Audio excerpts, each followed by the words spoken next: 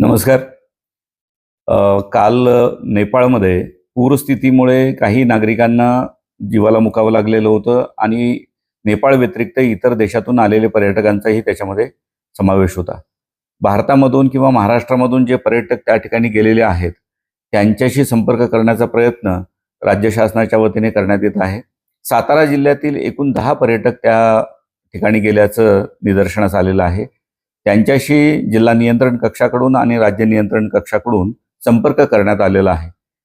पोखरा शहरामध्ये हे सर्व पर्यटक सुरक्षित आहेत, हॉटेलमध्ये आहेत. त्यांना सध्या कुठलाही धोका नाही आहे आणि त्यांच्या पूर्वनियोजित कार्यक्रमाप्रमाणे ते 3 तारखेला परत येणं अपेक्षित आहे.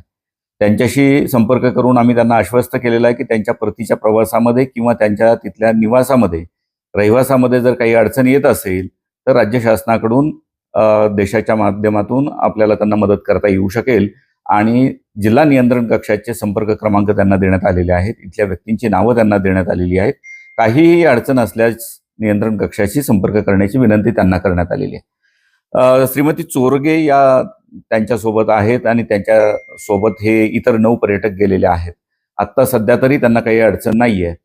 तर सातारा जिल्ह्यातील सर्व नागरिकांना विनंती आहे की आपल्या कुटुंबियापैकी, मित्रमंडळीपैकी इतर जर कोणी नेपाळमध्ये गेलेले असतील आणि त्यांना पुराचा सामना करावा लागत असेल किंवा इतर ठिकाणी जरी ते असतील तर त्यांची नावं सातारा जिल्हाधिकारी कार्यालयातील नियंत्रण कक्षाला कळवावीत, जेणेकरून राज्य नियंत्रण कक्षाच्या मार्फत त्यांना मदत देण्याची व्यवस्था करता येऊ शकेल.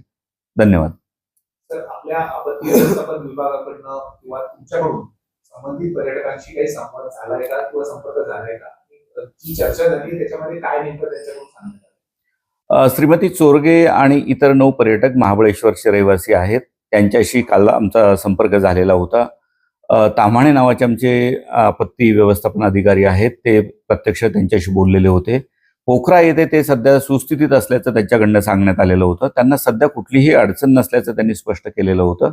आत्तापर्यंत त्यांच्याकडनं इतर कुठलाही कॉल आलेला नाहीये की आम्हाला काही मदत पाहिजे आहे म्हणून.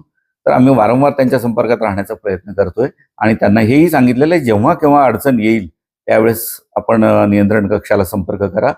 आपत्ती व्यवस्थापन अधिकारी असतील, जिल्हाधिकारी असतील, या सर्वांचे संपर्क नंबर त्यांना देण्यात आलेले आहेत. काहीही अडचण असेल, रहिवासाची असेल, निवासाची असेल किंवा परतीच्या प्रवासाची असेल, आरोग्याची असेल किंवा इतर कुठलीही अडचण आली असता त्यांनी संपर्क केल्यास आपण शासनाच्या मार्फत त्यांच्यापर्यंत पोहोचण्याचा प्रयत्न करू आणि त्यांना सुखरूपपणे परत आणण्याचा सर्वथा प्रयत्न करण्यात येईल. हिंदीमध्ये